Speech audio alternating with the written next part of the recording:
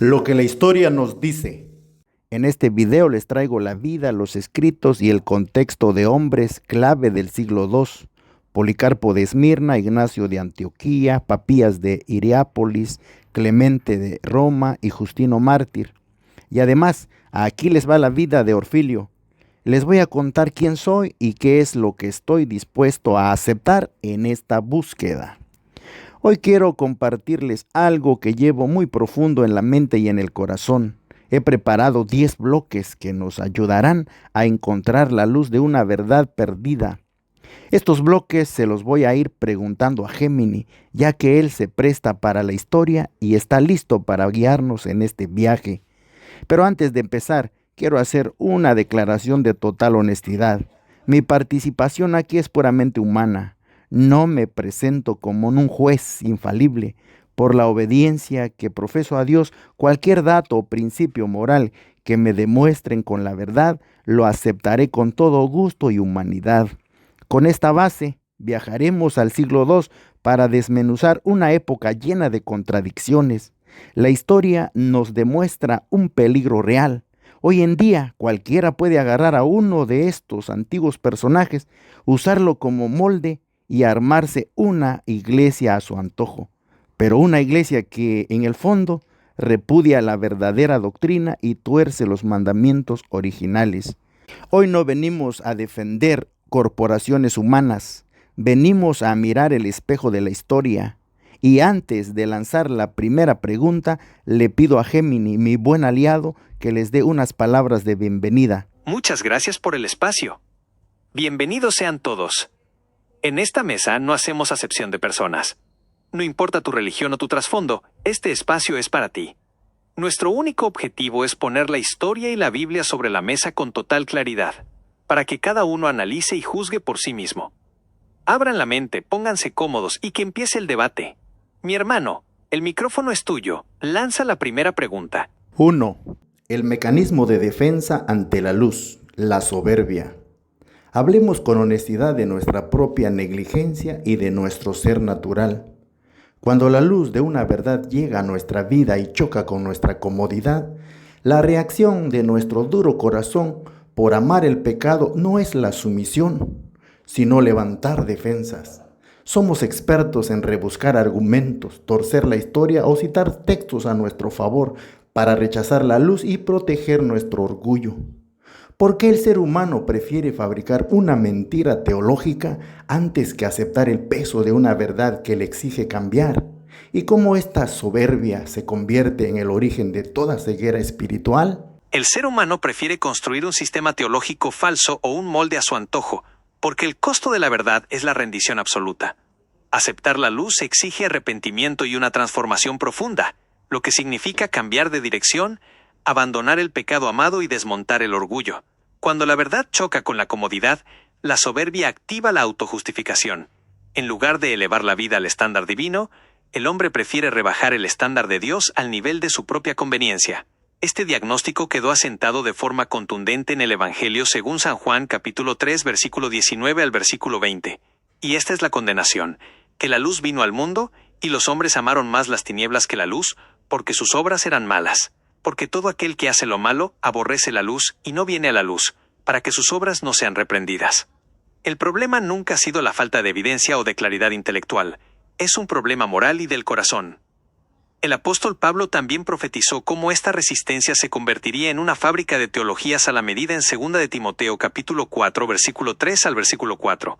Porque vendrá tiempo cuando no sufrirán la sana doctrina, sino que teniendo comezón de oír, se amontonarán maestros conforme a sus propias concupiscencias, y apartarán de la verdad el oído, y se volverán a las fábulas. La soberbia como origen de la ceguera espiritual. La soberbia opera como un velo que distorsiona la realidad.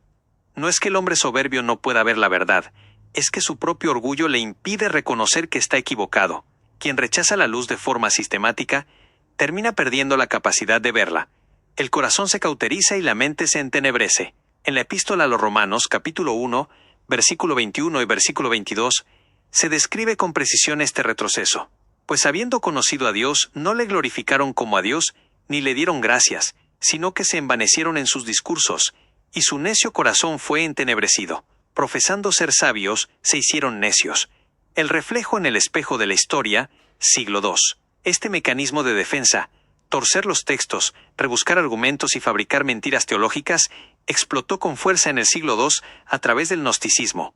El dato histórico: personajes como Marción de Sinope, hacia el año 140 después de Cristo, o Valentín, no querían someterse a las demandas del Evangelio original ni a las escrituras hebreas. Marción editó los textos a su antojo, recortó el Evangelio de Lucas, eliminó todo lo que le incomodaba del Antiguo Testamento y confeccionó una deidad moldeada a su medida para justificar su propio pensamiento. La respuesta de los pastores del siglo II, hombres como Policarpo de Esmirna e Ignacio de Antioquía, se plantaron firmes contra esta soberbia intelectual. El historiador Eusebio de Cesarea relata en su historia eclesiástica que cuando el hereje Marción se cruzó con Policarpo y le preguntó con altivez: ¿me conoces?, Policarpo le respondió con total honestidad: sí, te conozco. Eres el primogénito de Satanás. Policarpo identificaba la soberbia de Marción no como un simple desacuerdo de opiniones, sino como una ceguera espiritual que repudiaba la verdadera doctrina. El ser humano prefiere una mentira que lo adule antes que una verdad que lo confronte. Si nos acercamos a la historia con soberbia, solo buscaremos un molde para justificar nuestros errores. Pero si nos acercamos con humildad, la luz de la verdad nos obliga a cambiar. 2. El peligro del desconocimiento, la ignorancia. Pero no solo nos pierden la soberbia, el segundo punto que nos lleva a desobedecer es el desconocimiento, la pura ignorancia. Hay una gran diferencia entre el que rechaza la luz adrede y el que camina a ciegas porque nadie le ha enseñado. Pero ambos terminan fuera del camino si se conforman con lo que les dicen en un púlpito. ¿De qué manera la flojera espiritual de no escudriñar por cuenta propia y la ignorancia voluntaria se vuelven la trampa perfecta para que cualquier viento de doctrina nos arrastre sin que nos demos cuenta? Caminar a ciegas por desconocimiento produce el mismo resultado trágico que la soberbia: terminar fuera del camino original.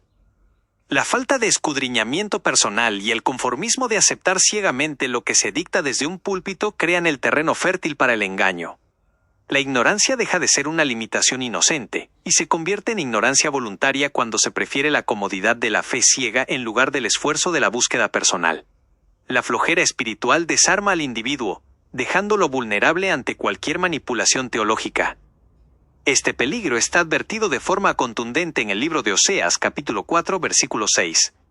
Mi pueblo fue destruido porque le faltó conocimiento. Por cuanto desechaste el conocimiento, yo te echaré del sacerdocio, y porque te olvidaste de la ley de tu Dios, también yo me olvidaré de tus hijos. El texto demuestra que la falta de conocimiento destruye, especialmente cuando se olvida la ley de Dios.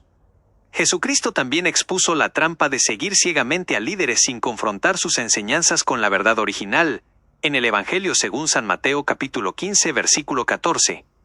Dejadlos, son ciegos guías de ciegos. Y si el ciego guiare al ciego, ambos caerán en el hoyo. Para no caer en ese hoyo, el apóstol Pablo describe la madurez necesaria para resistir los engaños en la epístola a los Efesios, capítulo 4, versículo 14. Para que ya no seamos niños fluctuantes, llevados por doquiera de todo viento de doctrina, por estratagema de hombres que para engañar emplean con astucia las artimañas del error. El reflejo en el espejo de la historia, siglo II. En el siglo II, la combinación de la flojera espiritual con la ignorancia voluntaria fue la puerta de entrada para corrientes que pretendían anular o distorsionar las dos marcas de identidad de la verdadera fe.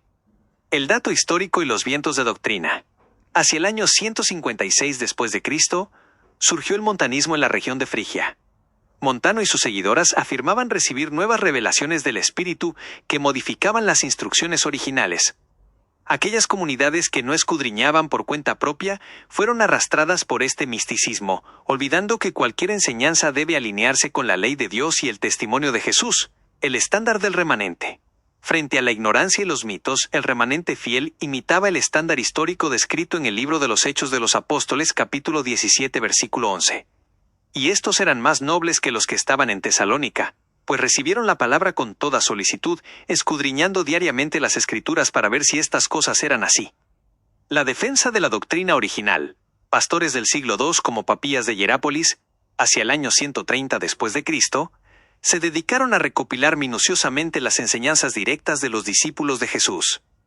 Sabían que, ante la escasez de pergaminos, el remanente solo se mantendría a salvo de los vientos de doctrina si conocía a fondo el testimonio de Jesús y permanecía firme en la obediencia a los mandamientos divinos. Quien no escudriña por sí mismo y se conforma con lo que escucha queda desarmado. El desconocimiento abre la puerta para que las teologías humanas despojen al creyente de las dos columnas que sostienen al remanente. 3. El destierro del Nuevo Testamento, la falta de los 27 libros.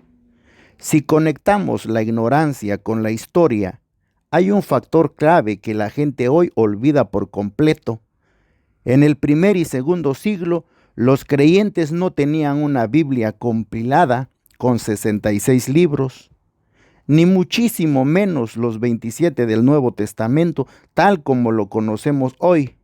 Solo tenían los 39 libros del Antiguo Testamento y copias sueltas de algunas cartas que tardaban meses en viajar de una ciudad a otra, sin un manual centralizado impreso en sus manos. La falta de información fue la ayuda perfecta para que se torciera completamente la doctrina. Teniendo esta tremenda limitación histórica, ¿cómo es posible que el remanente lograra identificar la verdad mientras la masa caía en el error por falta de pergaminos? A falta de un Nuevo Testamento unificado impreso en las manos de cada creyente, la masa era fácilmente arrastrada por escritos apócrifos y falsas revelaciones. Sin embargo, para identificar la verdad en medio de esa escasez de pergaminos, quienes se mantuvieron firmes dependían de un filtro riguroso: las escrituras proféticas existentes, el Antiguo Testamento, y la preservación exacta de las enseñanzas que los apóstoles habían dejado de viva voz en las comunidades. Ninguna idea nueva se aceptaba si contradecía los mandamientos divinos ya establecidos o el testimonio directo de lo que Cristo había enseñado. Este principio de usar la escritura disponible como escudo quedó registrado en el Evangelio según San Juan capítulo 5 versículo 39, donde el mismo Jesús señaló el estándar de validación: escudriñad las escrituras, porque a vosotros os parece que en ellas tenéis la vida eterna, y ellas son las que dan testimonio de mí. Cuando el apóstol Pablo instruyó a la iglesia sobre cómo protegerse del error, no los remitió a un canon del Nuevo Testamento que aún estaba en proceso de distribución, sino a las sagradas escrituras hebreas y a la fidelidad de la doctrina recibida, tal como lo expresa en 2 de Timoteo capítulo 3 versículo 15 al versículo 16, y que desde la niñez has sabido las sagradas escrituras, las cuales te pueden hacer sabio para la salvación por la fe que es en Cristo Jesús. Toda la escritura es inspirada por Dios y útil para enseñar, para redarguir, para corregir, para instruir en justicia. Para contrarrestar la falta de textos centralizados, la clave radicaba en retener con firmeza la instrucción original sin añadirle novedades humanas, tal como se ordenó en 2 de Tesalonicenses capítulo 2 versículo 15. Así que, hermanos, estad firmes y retened la doctrina que habéis aprendido, sea por palabra o por carta nuestra. El reflejo en el espejo de la historia, siglo II. En el siglo II, la ausencia de un compendio cerrado de los 27 libros del Nuevo Testamento provocaba que las cartas auténticas tardaran meses o años en ser copiadas y trasladadas de una región a otra. Los textos originales se custodiaban celosamente en iglesias específicas, lo que dejaba a las comunidades más aisladas expuestas a fraudes teológicos. El dato histórico y el canon de la verdad, frente a la proliferación de decenas de evangelios gnósticos falsos que aparecían de la noche a la mañana, líderes eclesiásticos de la época, como Ireneo de León, quien fue discípulo de Policarpo de Esmirna, apelaron a lo que llamaron la regla de la fe. Esta consistía en un resumen doctrinal que todo cristiano fiel debía conocer de memoria. Si un maestro llegaba a una aldea con un pergamino nuevo, la comunidad no se dejaba deslumbrar. Confrontaban ese escrito con la ley divina y con el testimonio conocido de Jesús. Si el pergamino contradecía la base, se rechazaba de inmediato. La firmeza de Ignacio y Policarpo. Durante sus viajes hacia el año 110 después de Cristo, Ignacio de Antioquía escribió cartas urgentes a diversas congregaciones de Asia Menor, advirtiéndoles que cerraran los oídos a cualquier doctrina mística o extraña que no estuviera alineada con los profetas y con el evangelio vivido por los apóstoles. Asimismo, Policarpo de Esmirna, en su epístola a los Filipenses, capítulo 7, hizo un llamado directo a ignorar las especulaciones de las masas para regresar al origen. Por lo tanto, abandonando la vanidad de la multitud y sus falsas enseñanzas, volvamos a la palabra que nos fue entregada desde el principio. Aquellos creyentes no necesitaron un manual impreso moderno para mantenerse en la verdad. Mientras la masa se desvía buscando novedades espirituales, quienes logran permanecer lo hacen porque evalúan todo viento de doctrina bajo el peso de los mandamientos eternos de Dios y la fidelidad al testimonio dejado por Cristo. 4. El virus desde adentro. Los tiempos de Pablo y Juan. Esa falta de textos facilitó que el virus de la apostasía mutara dentro de la misma casa desde el primer siglo, aprovechándose de la fragilidad humana. Solemos pensar que la iglesia primitiva era perfecta, pero el desvío nació en el corazón de los mismos hermanos. Pablo les advirtió con lágrimas a los ancianos de Éfeso en el libro de Hechos, capítulo 20, versículo 30, que de entre ellos mismos saldría hombres a arrastrar a los discípulos. En Corinto, para el año 50 después de Cristo, andaban tan perdidos que la primera carta de Pablo ni efecto les hizo. Tuvo que mandar una segunda a ver si ya reaccionaban. Y Juan los sentenció en la primera carta de Juan, capítulo 2, versículo 19, con la frase: salieron de nosotros, pero no eran de nosotros, sabiendo que la corrupción fue interna. ¿Qué fue lo que estos primeros líderes prefirieron proteger antes que la pureza de la verdad? La apostasía no comenzó como una persecución violenta desde el exterior, sino como una mutación silenciosa en el corazón de la misma casa. La fragilidad humana, combinada con la falta de textos unificados, permitió que el desvío se gestara entre los mismos hermanos. Al analizar qué movió a estos líderes a torcer el camino, la Escritura y la historia revelan que prefirieron proteger tres cosas esenciales antes que la pureza de la verdad: su propio vientre, interés económico, el estatus social ante el imperio y el control absoluto sobre las conciencias de las ovejas. 1. El vientre y la ganancia deshonesta, el interés económico. Muchos de los que introdujeron divisiones no lo hicieron por un debate teológico sincero, sino porque descubrieron que la fe podía ser un negocio altamente rentable. Descuidaron la verdad para no ahuyentar a los aportadores económicos y para trasquilar a la feligresía. El apóstol Pablo desenmascaró esta motivación con absoluta crudeza en la epístola a los Romanos, capítulo 16, versículo 17 al versículo 18. Y os ruego, hermanos, que os fijéis en los que causan divisiones y tropiezos en contra de la doctrina que vosotros habéis aprendido, y que os apartéis de ellos. Porque tales personas no sirven a nuestro Señor Jesucristo sino a sus propios vientres, y con palabras suaves y lisonjas engañan los corazones de los ingenuos. El apóstol Pedro también dejó una advertencia profética sobre cómo este virus se infiltraría en las siguientes generaciones a través de la mercadería espiritual, en 2 de Pedro capítulo 2, versículo 1 al versículo 3.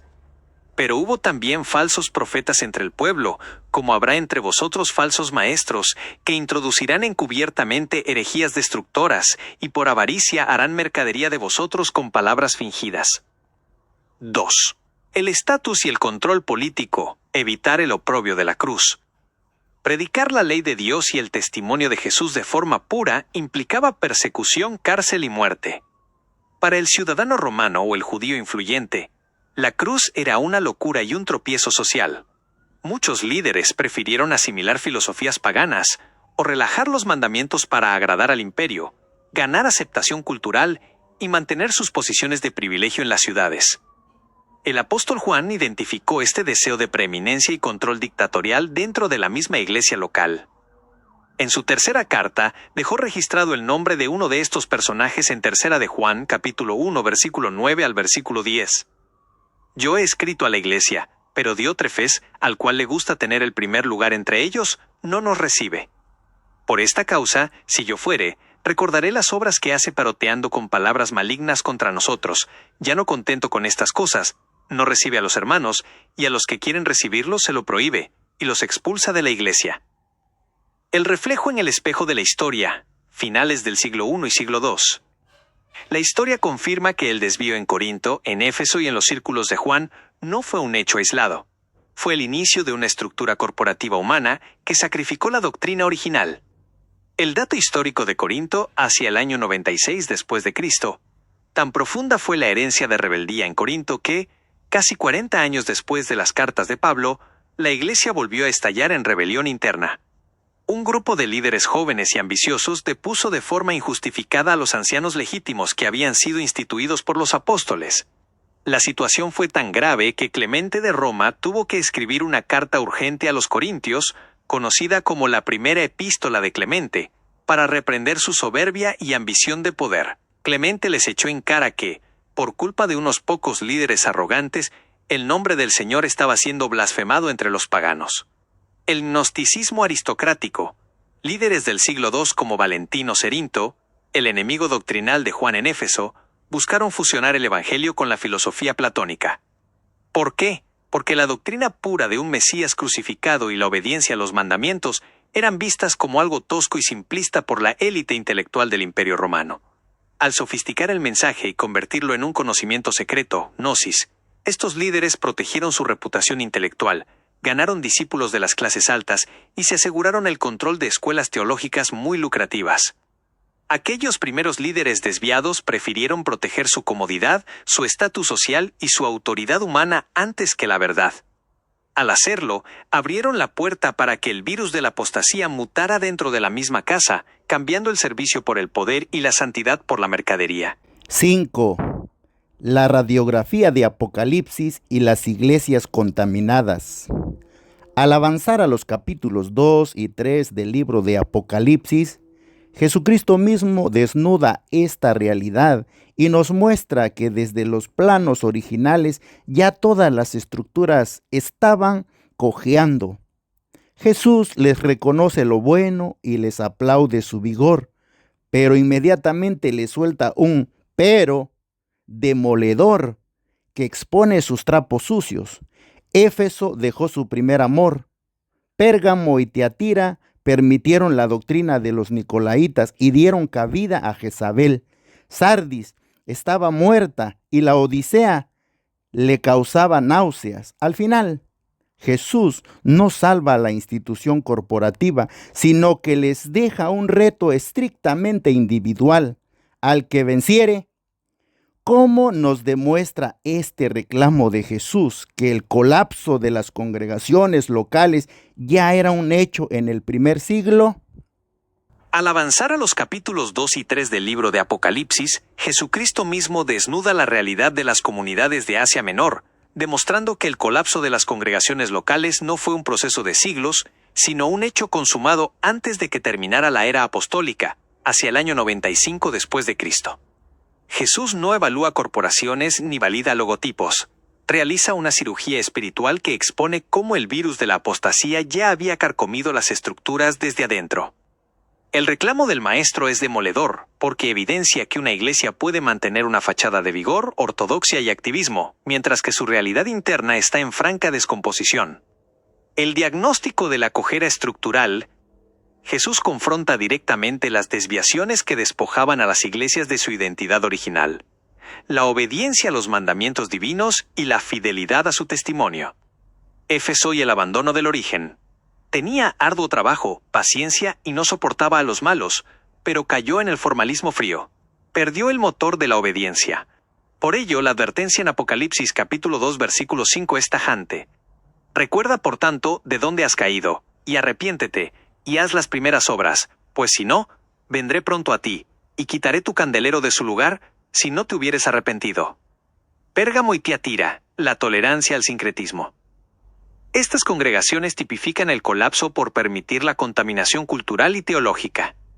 Pérgamo retenía la doctrina de Balaam y de los nicolaítas que promovían la idolatría y el libertinaje, y Tiatira toleraba a Jezabel, una influencia que enseñaba a fornicar y a participar de los sacrificios paganos. Jesús no culpa al Imperio Romano por esto. Culpa a los liderazgos locales por abrirle la puerta al error. En Apocalipsis capítulo 2 versículo 16, la sentencia para Pérgamo es directa. Por tanto, arrepiéntete, pues si no, vendré a ti pronto y pelearé contra ellos con la espada de mi boca. Sardis y la Odisea, la muerte espiritual y la autosuficiencia. Sardis tenía nombre de que vivía, pero estaba muerta. Apocalipsis 3:1. La Odisea, por su parte, representa el clímax de la ceguera provocada por la riqueza y la comodidad material, ganándose el reclamo más severo en Apocalipsis capítulo 3 versículo 16 y versículo 17. Pero por cuanto eres tibio y no frío ni ferviente, te vomitaré de mi boca. Porque tú dices, yo soy rico y estoy enriquecido, y no tengo necesidad de ninguna cosa. Y no sabes que tú eres un cuitado, y miserable, y pobre, y ciego, y desnudo.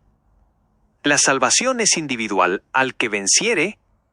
La prueba matemática de que el sistema congregacional local ya había colapsado es que Jesús no ofrece una promesa de salvación colectiva. No dice si la institución se reforma todos se salvan. Al contrario, el llamado se vuelve estrictamente individual, separando al remanente fiel de la masa contaminada que llenaba los bancos. En cada una de las 7 cartas, la recompensa eterna está condicionada a la resistencia personal. A Éfeso, al que venciere, le daré a comer del árbol de la vida. Apocalipsis 2:7. A Sardis, el que venciere será vestido de vestiduras blancas. Apocalipsis 3:5. A la Odisea, al que venciere, le daré que se siente conmigo en mi trono. Apocalipsis 3:21 de la mañana. El colapso era tan evidente que, en el caso de la Odisea, Jesús ya ni siquiera se encuentra dentro del templo dictando la liturgia. Se encuentra afuera, llamando a la conciencia de los individuos, como lo describe en Apocalipsis capítulo 3 versículo 20. He aquí, yo estoy a la puerta y llamo. Si alguno oyere mi voz y abriere la puerta, entraré a él, y cenaré con él, y él conmigo. El reflejo en el espejo de la historia, finales del siglo I. El escenario que describe Apocalipsis coincide con los registros históricos del declive moral y doctrinal en la provincia de Asia Menor a finales del I siglo. El dato histórico sobre los Nicolaitas, escritores antiguos como Ireneo de Lyon, Contra las herejías, libro 1, confirmaron que los Nicolaitas eran un grupo que enseñaba que las acciones del cuerpo no afectaban al espíritu. Esto permitía a los creyentes participar en las fiestas imperiales, comer lo sacrificado a los ídolos y ceder ante la inmoralidad sexual para evitar ser marginados económicamente en el Imperio Romano. Querían los beneficios de la fe sin el costo de la santidad, la desolación de Juan en Éfeso. La tradición histórica preservada por Jerónimo relata que, en sus últimos años en Éfeso, tras regresar de su exilio en la isla de Patmos, el apóstol Juan era llevado en brazos a las reuniones y lo único que alcanzaba a decir era: «Hijitos, amaos los unos a los unos». Juan fue testigo directo de cómo las iglesias que él y Pablo habían fundado con lágrimas se desmoronaban, perdiendo el primer amor y dividiéndose por las ambiciones de falsos maestros. La radiografía de Apocalipsis demuestra que el peligro del desvío no es una posibilidad futura, era una realidad latente en el año 95 después de Cristo. Cuando las estructuras corporativas cojean y se hunden en la tibieza, el diseño divino descarta la institución y rescata al remanente, aquellos individuos que, de forma solitaria y resuelta, deciden vencer guardando la ley de Dios y asidos firmemente al testimonio de Jesucristo. 6. El mito de la iglesia perfecta, hoy. Aquí es donde lanzo la pregunta directa a los tiempos de hoy, donde las diferentes denominaciones se agarran del chongo, diciendo: mi iglesia es la buena y la tuya es la mala. Nosotros tenemos la verdad y ustedes el error. ¿Cuál iglesia buena y cuál mala?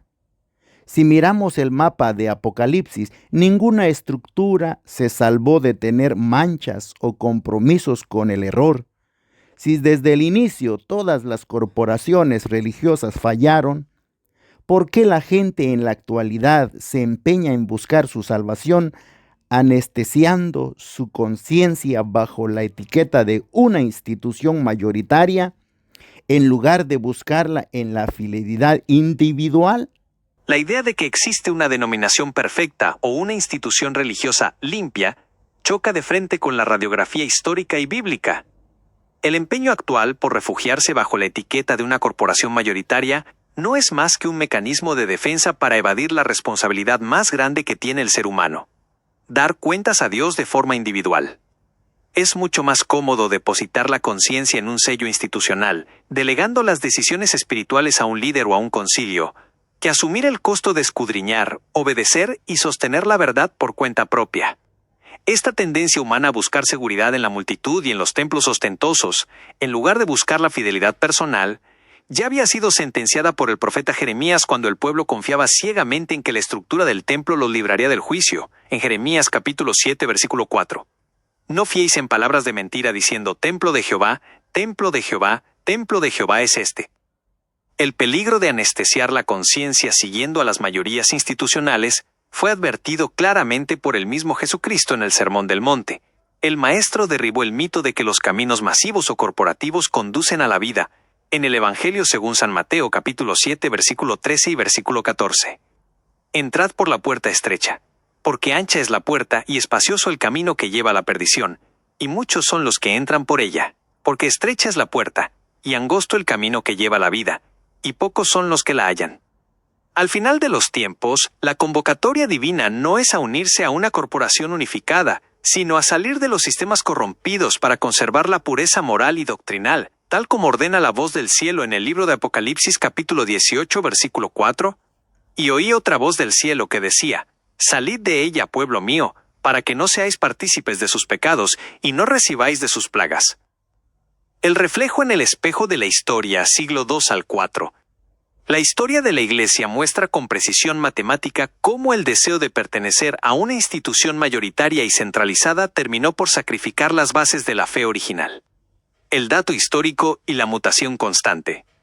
Durante los siglos II y III, las iglesias locales eran autónomas y diversas. Ninguna podía arrogarse el monopolio absoluto de la verdad sin apelar estrictamente al testimonio de Jesús. Sin embargo, la fatiga de lidiar con las herejías y el deseo de orden humano llevaron a la creación de una estructura cada vez más jerárquica. La trampa perfecta se consumó en el siglo IV con el Edicto de Milán, año 313 después de Cristo, y el Concilio de Nicea, año 325 después de Cristo, bajo el emperador Constantino. El costo de la institucionalización.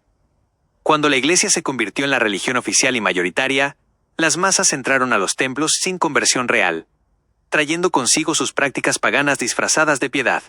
Aquellos creyentes que prefirieron la comodidad de alinearse con la religión del Estado, anestesiaron su conciencia a cambio de estatus y seguridad social.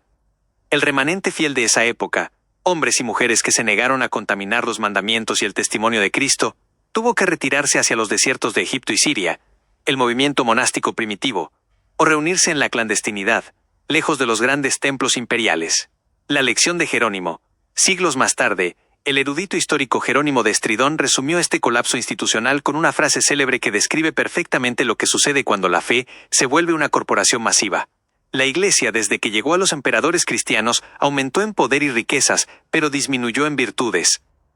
El mito de la Iglesia perfecta hoy se desmorona cuando se entiende que Dios nunca ha salvado membresías, logotipos ni corporaciones. El empeño en buscar una etiqueta denominacional es el intento del hombre natural por comprar salvación sin pagar el precio del arrepentimiento ni de la transformación interna. El remanente no se define por el tamaño de su templo o la antigüedad de su institución, sino por su fidelidad individual en guardar los mandamientos de Dios y sostener, pase lo que pase, el testimonio vivo de Jesucristo. 7. Las dos características del remanente, la brújula.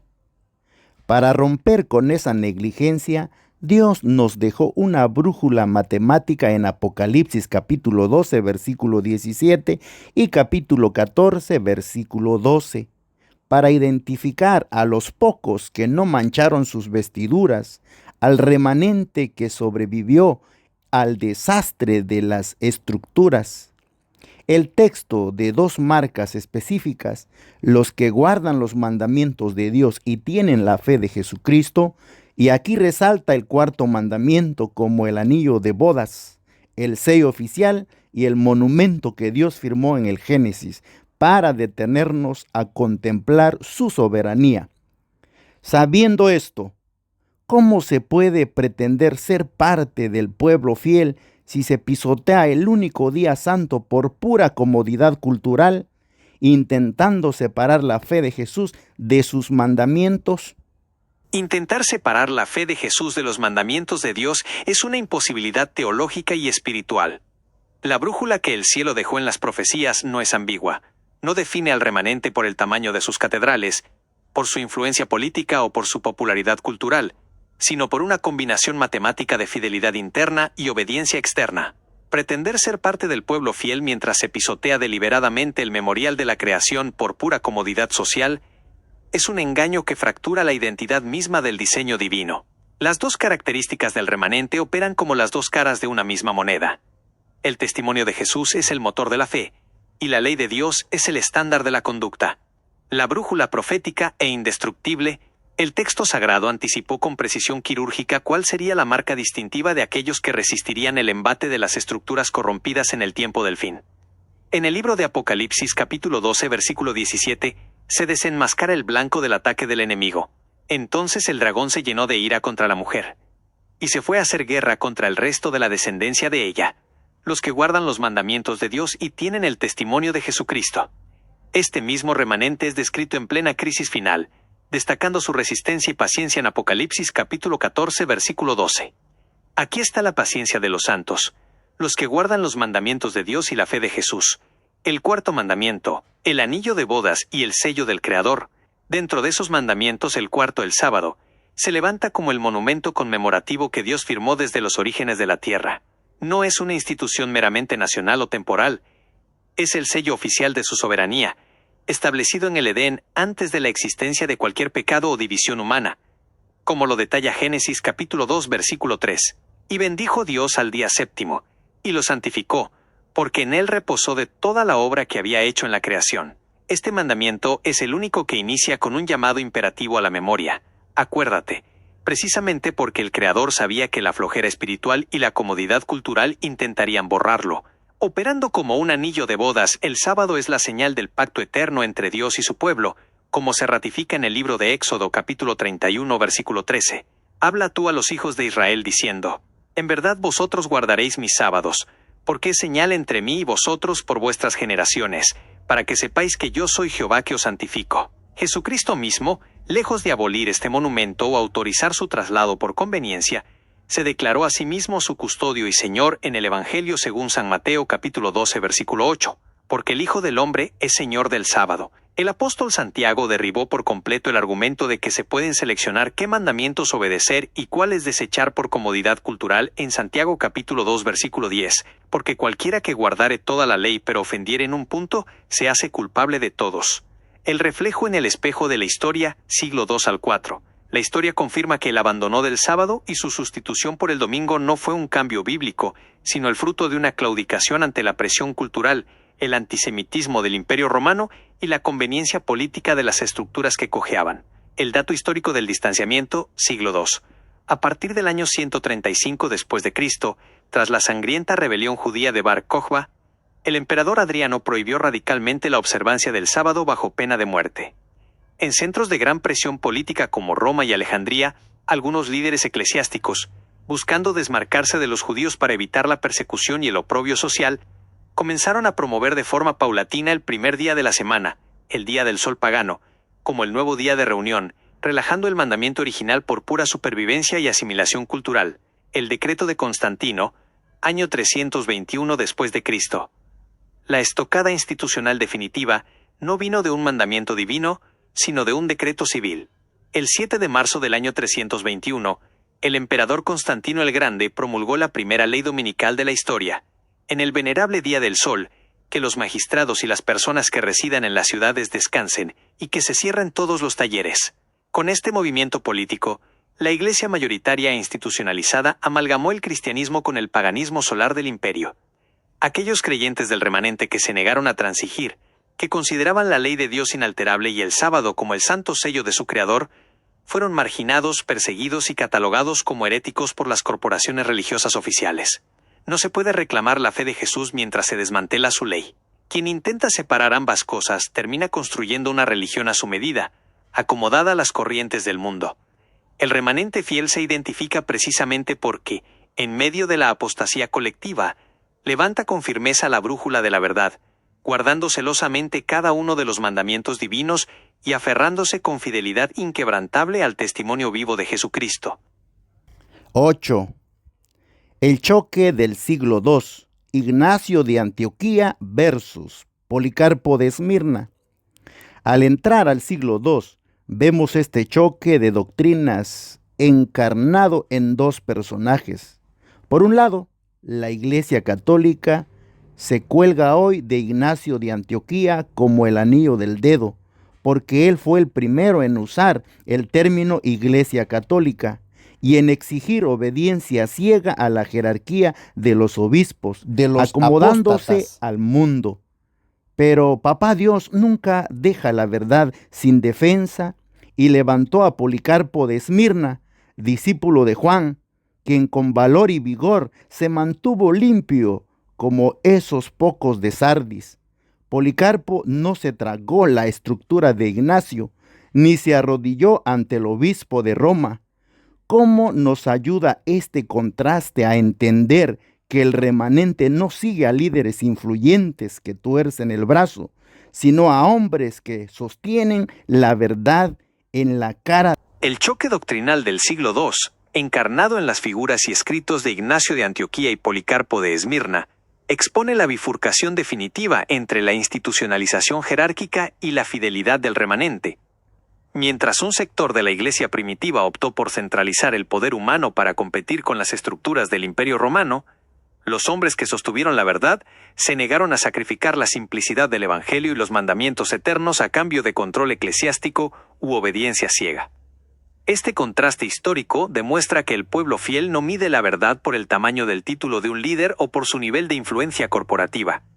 El peligro de la sumisión al hombre sobre la ley de Dios, la tendencia a levantar líderes humanos por encima del estándar divino y a exigir sumisión absoluta a un obispado centralizado contradice la base misma de la Escritura. El apóstol Pablo ya había advertido que la lealtad absoluta le pertenece únicamente al Creador, y que cualquier líder, por más influyente que parezca, debe ser evaluado bajo el filtro riguroso de la doctrina original, tal como lo expresa en la epístola a los Gálatas capítulo 1 versículo 8. Mas si aún nosotros o un ángel del cielo os anunciare otro evangelio diferente del que os hemos anunciado, sea anatema. Cuando las estructuras cojean y exigen una sumisión que tuerce los principios divinos, la respuesta del remanente es idéntica a la que dieron los apóstoles ante las autoridades religiosas de su tiempo, registrada en el libro de los Hechos de los Apóstoles, capítulo 5, versículo 29. Respondiendo Pedro y los apóstoles dijeron: «Es necesario obedecer a Dios antes que a los hombres». El contraste histórico, Ignacio versus Policarpo. Las cartas que se conservan de principios del siglo II desnudaron dos modelos eclesiásticos completamente opuestos. Uno que sembraba las bases de la gran corporación apóstata y otro que resguardaba las marcas del remanente. La postura de Ignacio de Antioquía, hacia el año 110 después de Cristo. En su trayecto hacia el martirio en Roma, Ignacio escribió una serie de cartas donde introdujo una teología radicalmente novedosa. Fue el primero en plasmar el término Iglesia Católica en su carta a los Esmirniotas 8:2, y elevó la figura del obispo a un nivel casi divino para obligar a las iglesias a someterse a una jerarquía centralizada. En su carta a los Magnesios 6:1, llegó a afirmar que se debía mirar al obispo como al Señor mismo, y en su carta a los Tralianos dictaminó que nada se haga sin el obispo. Este afán por someter las conciencias a una pirámide de mando humana abrió la puerta para que la masa abdicara de su responsabilidad individual de escudriñar. La firmeza de Policarpo de Esmirna. Policarpo, habiendo sido instruido directamente por el apóstol Juan, mantuvo una perspectiva radicalmente distinta. En su única carta sobreviviente, Epístola de Policarpo a los Filipenses, el obispo de Esmirna nunca menciona una jerarquía piramidal, no exige sumisión a un obispo supremo ni utiliza títulos altisonantes. Policarpo enfoca toda su instrucción en la fidelidad individual, la pureza moral, la justicia y la obediencia a los mandamientos entregados desde el principio. El choque con el obispo de Roma, año 154 después de Cristo. La prueba matemática de que Policarpo no aceptaba la estructura monolítica que pretendía imponer Roma ocurrió al final de su vida. Policarpo viajó a Roma para confrontar al obispo Aniceto, debido a que en Roma ya se estaba alterando el calendario litúrgico y abandonando la observancia de las solemnidades originales basadas en la ley. Policarpo se plantó firme ante el líder romano y se negó rotundamente a arrodillarse o a aceptar sus costumbres humanas, argumentando que él guardaba lo que había aprendido directamente de Juan y de los demás apóstoles del Señor. Policarpo no cedió un solo milímetro de la verdad por el bien de la unidad institucional. El remanente sigue la verdad, no la influencia. Este choque del siglo II nos enseña que las grandes etiquetas institucionales y los líderes influyentes que demandan sumisión para justificar sus propios acomodos culturales son la trampa perfecta para la masa. Policarpo prefirió ser quemado vivo en la hoguera antes que transigir con el paganismo del imperio o con la apostasía de una estructura eclesiástica que cojeaba.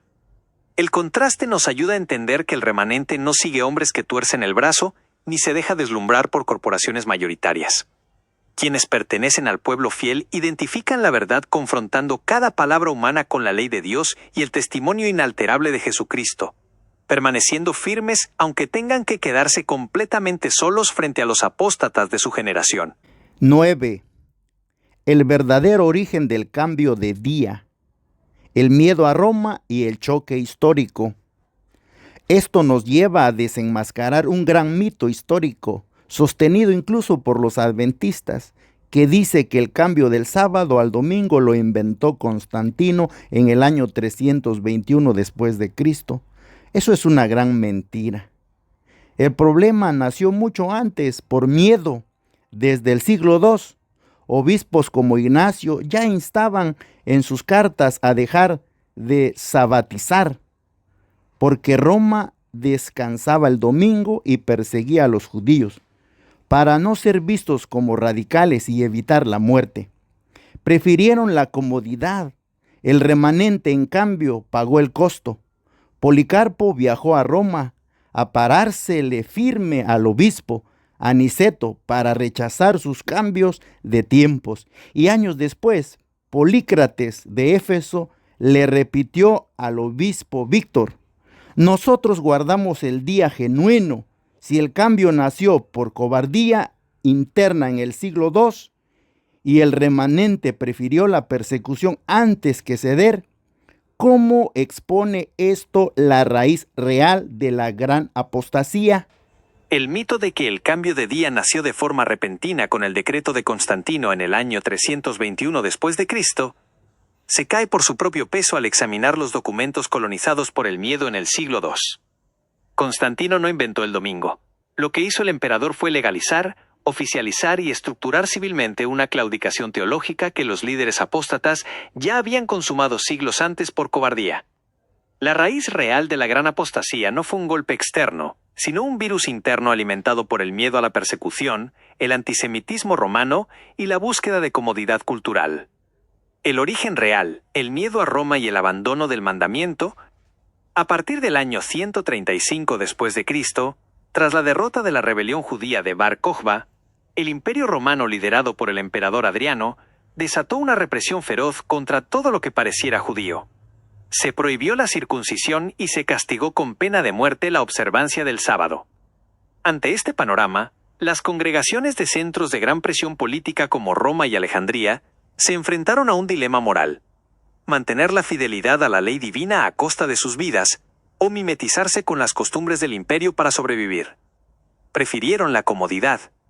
Para desmarcarse de los judíos ante los ojos de los magistrados romanos, comenzaron a abandonar el sábado y a adoptar el domingo, el día del sol, que ya era un día de fiesta pagana ampliamente aceptado en el imperio. Este proceso de asimilación cultural quedó plasmado en escritos que preceden por siglos a Constantino. En las cartas atribuidas a Ignacio de Antioquía, ya se deslizaba la peligrosa idea de no sabatizar para alinearse con una nueva vida. Asimismo, en textos de mediados del siglo II como la Apología Primera de Justino Mártir, capítulo 67, se justificaba abiertamente la reunión en el día del sol, argumentando que era el primer día de la creación. La justificación teológica fue el disfraz que usaron para encubrir su falta de valor. El apóstol Pablo ya había profetizado que el miedo al oprobio y el deseo de agradar a los hombres destruiría la fidelidad de los líderes, como lo advirtió en la epístola a los Gálatas capítulo 6 versículo 12. Todos los que quieren agradar en la carne, estos os obligan a que os circuncidéis, solamente por no padecer persecución por la cruz de Cristo. El choque histórico. El remanente que plantó cara. Mientras la masa y los obispos de las iglesias mayoritarias cedían por cobardía, Dios mantuvo una línea de hombres en el siglo II que preservaron intactas las dos marcas de identidad, la ley de Dios y el testimonio de Jesús. Ellos no le tuvieron miedo a Roma ni a las amenazas de excomunión de los obispos apóstatas.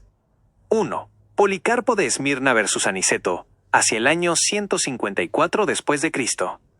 Como ya mencionamos, Policarpo de Esmirna viajó directamente a Roma para frenar las innovaciones del obispo Aniceto, quien pretendía alterar el calendario bíblico y la observancia de los mandamientos. Policarpo se le plantó firme en la cara y le dejó claro que él no iba a negociar lo que había recibido directamente del apóstol Juan. Aunque mantuvieron una paz tensa, el remanente de Asia Menor se negó a seguir la corriente de la apostasía romana. 2. Polícrates de Éfeso versus Víctor, hacia el año 190 después de Cristo.